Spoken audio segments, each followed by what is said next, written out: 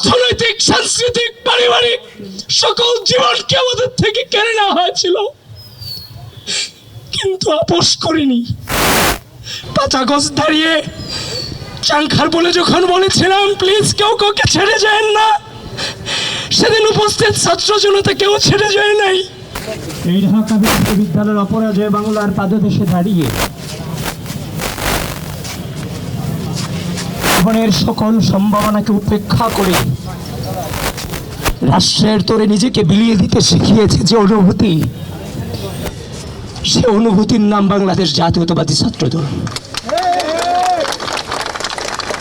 2016 সালে যখন বিশ্ববিদ্যালয়ে এসেছিলাম, যে রাজনৈতিক অপসংস্কৃতির সাক্ষী হয়েছি, সেখান থেকে পণ করেছিলাম আমি অত্যন্ত ক্ষুদ্র মানুষ। আমি পণ করেছিলাম হয়তো কোনোদিন এই ঢাকা বিশ্ববিদ্যালয়ের মাটিতে সুস্থ ধারার শ্রদ্ধা স্নেহের রাজনৈতিক সংস্কৃতির সূচনা হয়তো বা হবে।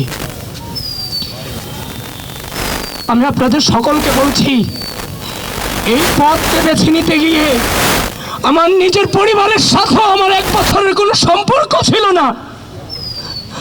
আমাদের জীবন থেকে জীবনের সামাজিক, রাজনৈতিক, অর্থনৈতিক, সাংস্কৃতিক, পারিবারিক সকল জীবনকে আমাদের থেকে কেড়ে নেওয়া হয়েছিল, কিন্তু আপোষ করিনি।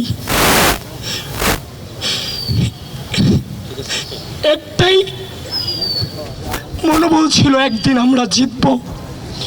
5 আগস্ট দাঁড়িয়ে চাংখার বলে যখন বলেছিলাম প্লিজ কেউ কাউকে ছেড়ে যায় না, সেদিন উপস্থিত ছাত্র জনতা কেউ ছেড়ে যায় নাই। বাচ্চা বাচ্চা ছেলেরা রক্ত দিয়ে এই অঙ্গীকার ধরে রেখেছিল। আজকে তাদের এই রক্তের বিনিময়ে অপরাজয় বাংলার পাদদেশে দাঁড়িয়ে একটি গণতান্ত্রিক বাংলাদেশ বিনির্মাণের সূচনা শুরু হয়েছে। প্রিয় বন্ধুগণ, একটা চ্যালেঞ্জের মুখে আমরা 16 সাল থেকে বিশ্ববিদ্যালয়ে ভর্তি হওয়ার পর থেকে আজও পর্যন্ত চ্যালেঞ্জ ফেস করতে করতে আজকের এই জায়গাতে এসেছি। এটাও আমার জন্য অনেক বড় চ্যালেঞ্জ। আমি আনন্দিত নই, তবে চ্যালেঞ্জ মোকাবেলা করার জন্য মানসিকভাবে সর্বোচ্চ প্রস্তুত ইনশাআল্লাহ। এবং সেই চাংখার পোলের মতো বলছি, আমরা আবারও বিজয়ী হব ইনশাআল্লাহ। সকলে আমাদের পাশে থাকবেন। ধন্যবাদ প্রিয় সাংবাদিক বৃন্দ, আপনাদের প্রতি কৃতজ্ঞতা জ্ঞাপন করছি।